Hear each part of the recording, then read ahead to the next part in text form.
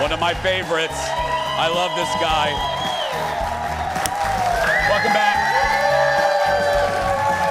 Well, our guest today helps make Japanese food more approachable for everyone. You've seen him compete on the Food Network, and today he's back with the delicious new recipe. Audience, give it up for my buddy, Chef John Sugimura. Hi, buddy. Hello. Thanks for having me. I always like to reintroduce you maybe to people that are new to our show. John makes, I mean this, other than pizza and like chicken tendies, you make probably my favorite, no, just settle down, Sally. You make my favorite food. Chicken tenders, spicy tuna crispy Yeah, rice. I know. On the but same you playing make field. my favorite food probably ever, and that's the spicy tuna crispy rice. And we have talked, Katsuya did it, you did it, and now it's every restaurant's doing a version of this. Katsuya started it. It was his inspiration. He's attributed to the originator, the original architect, and worldwide it is attributed to him on how to make the spicy tuna and make the crispy rice. And there's some version everywhere, on every continent. Right now, it's turned into mozzarella sticks. It's on every, I know. I'm just saying. No, I just mean the volume. Top potato and potato chips. That's it's almost right, as good. Okay, now this looks different, John. What is this? So I just got back from Japan. Okay. One of the things I wanted to do in Japan was take a deeper dive into more approachable food and not just sushi. Okay. So Japanese food right now is, by all accounts, the most popular cuisine in the world. Right now? Right now. Now, you might go on some continents and Chinese and Italian is running neck and neck, but overall, and the reason why it is so popular on every continent, because it's approachable, because it has a health benefit, because it's what you see is what you get. It has great methods and techniques, like the onigiri, which is really glutinous rice, has great fillings in it. I made it with kind of a seasoned pork, so it's fully cooked. Oh. You put a sauce on top.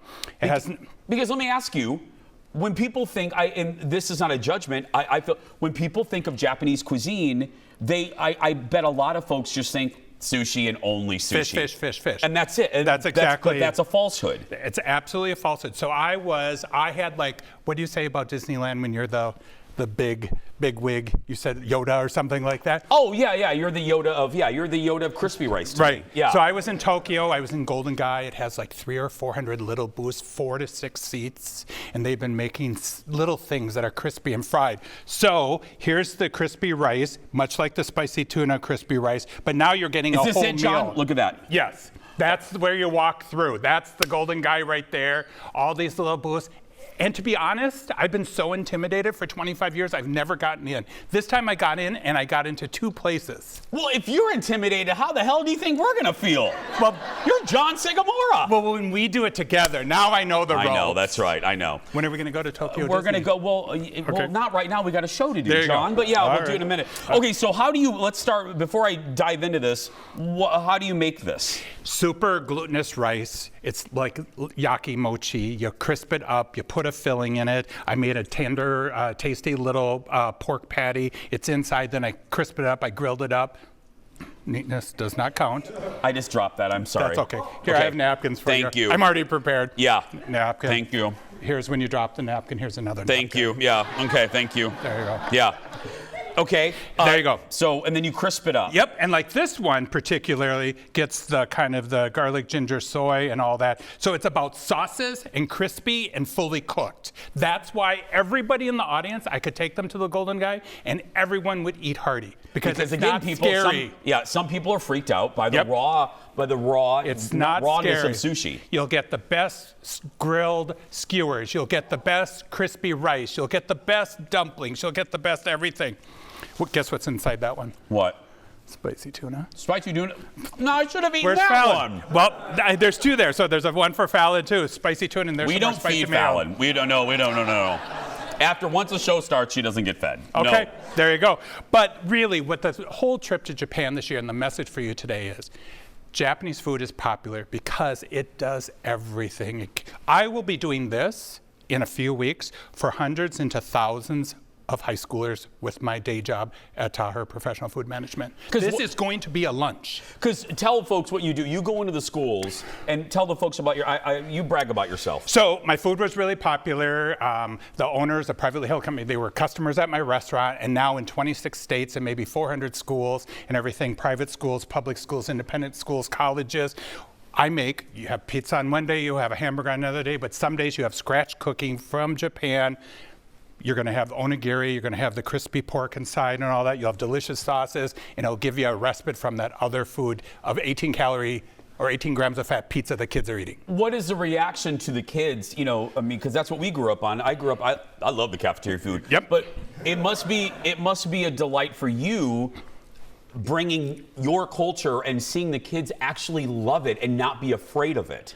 That is the bonus. When you work for Taher, and I'm going around the country, you can go into a school lunch, and maybe half the kids eat lunch and half the kids bring it. When I go there, nearly 100%, if not more than 100% with faculty, all participate. So everybody comes together, and you have that moment of community over food, and that's a special something. Do they come back for seconds? Yeah, and third. I was going to say. One time, Japanese fried chicken, 4 servings, 1 kid. Oh, well, Japanese fried chicken.